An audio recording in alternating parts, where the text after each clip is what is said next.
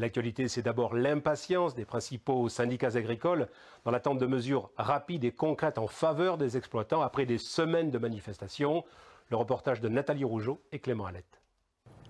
Les radars de l'Aveyron, presque tous enrubannés, tout un symbole et une manière pour les syndicats de dire au gouvernement qu'il ne va pas assez vite dans l'application des mesures annoncées en février dernier. Cet éleveur, par exemple, croule toujours sous le poids de l'administratif, alors même qu'une décomplexification a été actée par l'État.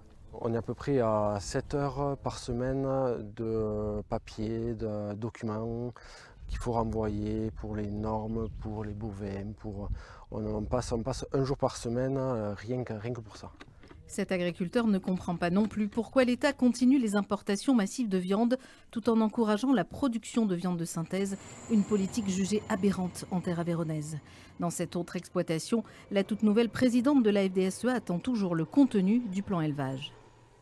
On voudrait une vraie vision à long terme de ce que veut le gouvernement et l'Europe de faire de nos élevages de montagne, des élevages extensifs comme on a.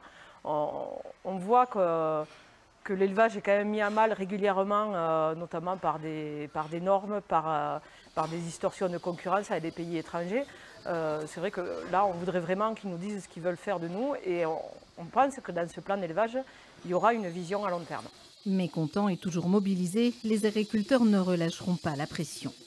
On ne veut surtout pas que l'État nous oublie, parce qu'on sait bien qu'on est facilement oublié. Donc tant qu'on n'a pas gain de cause sur pas mal de sujets, on va maintenir la pression et montrer qu'on est encore là.